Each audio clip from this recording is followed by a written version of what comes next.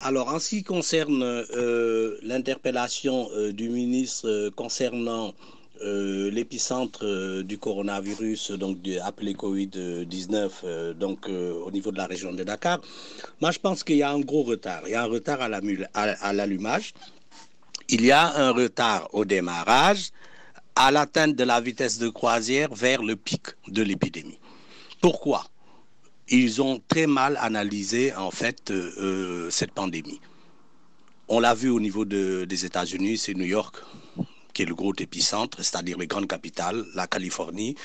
Ici, c'est la région parisienne en France. Dans la plupart des pays, c'est comme ça que ça s'est passé. En Lombardie, en Italie, on l'a vu, ça a été Lombardie. Le gros problème, c'est la gestion même d'une pandémie qui est quand même médicale et scientifique. Moi, je pense que l'erreur du président, il aurait dû tout de suite licencier ce ministre-là et prendre une ministre comme Eva Marie Coll Seck, qui avait eu à gérer effectivement à l'époque de l'Ebola, qui quittait de la Guinée. Il y a eu le premier patient malade qu'on a détecté qui venait de la Guinée, qui a su bien gérer cela, parce que c'est une spécialiste de la question. Ici en France, mais Olivier Véran, qui est le ministre de la Santé, a remplacé aussi un médecin. Et lui est médecin. Il y a eu des errements, des tâtonnements, etc.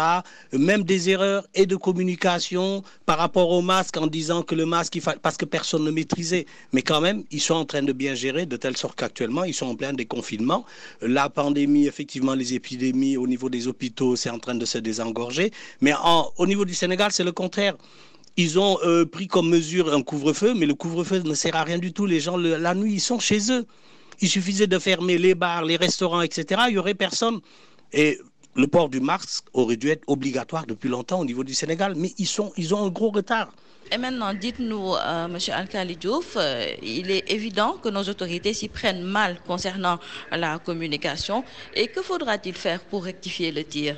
Oui, en ce qui concerne la rectification du tir, d'abord, il faut que les autorités en charge de la gestion de cette pandémie-là soient des personnes qui vraiment maîtrisent ce que c'est qu'une pandémie.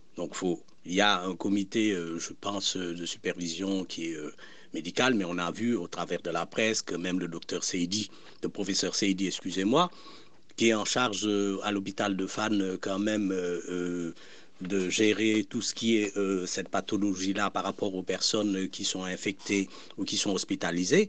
Je pense qu'il faut à la tête du ministère de la Santé une personne très compétente. Bon, il n'y a peut-être pas que Eva Marie Colsec, il y en a peut-être certainement d'autres, mais il faut que cette pandémie-là, si les politiciens sont incapables de gérer ça du côté du ministère, avec même les médecins qui les conseillent là-bas, qui ce ne sont pas des médecins de terrain. On l'a vu avec le débat avec du professeur Raoud, avec les médecins qui sont devenus des politiciens. Cette pandémie-là, c'est vraiment une question de prise en charge sur le terrain, avec des personnes qui se côtoient cette pathologie-là, qui est inconnue, qu'on ne maîtrise pas, qui puissent effectivement rapidement se réunir, qu'on les mette en charge de cela, qu'on décharge ce ministre de la Santé-là, à défaut de nommer un ministre de la Santé médecin ou qui est compétent vraiment, et d'abord qui s'oriente vers le port du masque, ça y est, c'est déjà une bonne chose. Et moi, je pense qu'il faut confiner, mais la confiner, ça devrait peut-être être dans la journée qu'on ait ce courage-là, mais pas en couvre-feu. Le couvre-feu n'a aucun sens, mais vraiment aucun sens.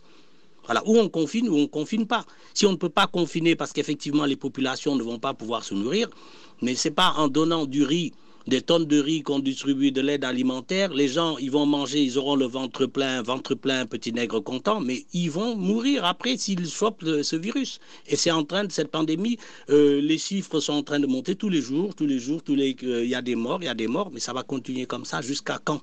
Jusqu'à quand? Donc, voici en fait, en gros, je ne sais pas si réellement on peut trouver une recette miracle par rapport à cela, mais il faut prendre l'exemple sur ce qui se passe et ce qui se fait dans les autres pays. Dernière question, Monsieur Alkali Diouf. Le ministre de la Santé a fait appel à la communauté dans la riposte concernant donc la pandémie du coronavirus.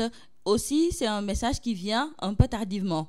Oui, en ce qui concerne l'intervention du ministre qui fait demande la compréhension, l'aide de la communauté, pour effectivement cette pandémie du coronavirus. Moi, je pense que dès le départ, eux ont eu tout faux. Parce que dès le départ, on a vu des conférences du ministre de la Santé avec des salles bondées de journalistes, de personnes, pas de mesures de distanciation sociale, etc., pas de mesures barrières. Bon, je crois qu'ils sont trop en retard, mais vraiment trop en retard. Donc, comment on peut effectivement imposer à une population sans les éduquer avec des mesures, effectivement, d'explication de ce que l'incidence que ça peut apporter, etc., s'ils ont tel ou tel comportement.